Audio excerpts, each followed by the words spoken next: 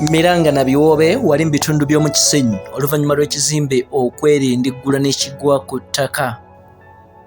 Yonna gy'osinzidde nkubuuzaako weebale nnyo bali ddala okuva wano okubera enteekateeka zaffe ez'omuzinzi bw'oba weetaaga okulabika ng'omanya nkugamba kola ekintu kimu labika ng'osubscribinga osharinga okommentinga okwata mu kidde twongere okutuusaako ensonga ziweetaaga okumanya yonna gy'osinzidde.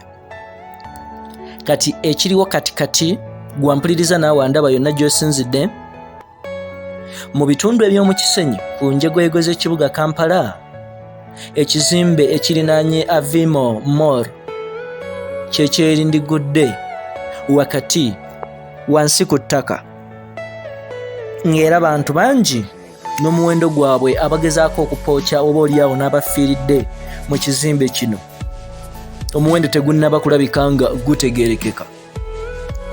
Kaakati ekizimbe kino kibadde kikyagenda mu maaso okulabika nga kizimbibwa, n'olwekyo ensonga ezitannaba kulabika nga zimanyika ku kiki kwe kivudde, but of course obuzibu bwonna buteekwa kubanga n'akanyamberege kavudde ku nzimba engeri gye baazimbamu ekizimbe kino oba oliawo okulabika nga kibadde tekituukanye na mutindo.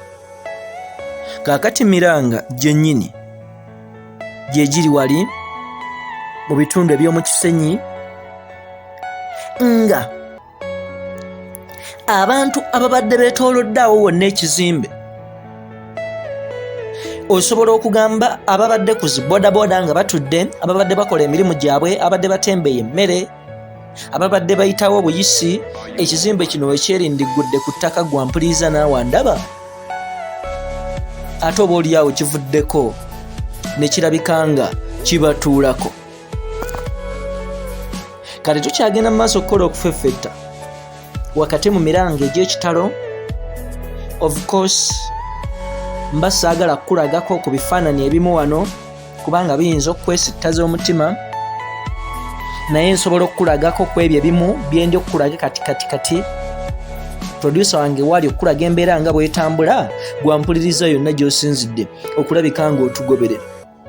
Kati nkugamba kola ekintu kimu, alabika nga osubscribinga osharinga okommentinga, twongere okulabika nga tukukolera okufeffetta ku bantu abayitirivu abali okuba emiranga n'okulabika nga bayita mu kaseera akazibu. Gwampuliriza naawe ndaba yonna gy'osinzidde wano mu kibuga Kampala live.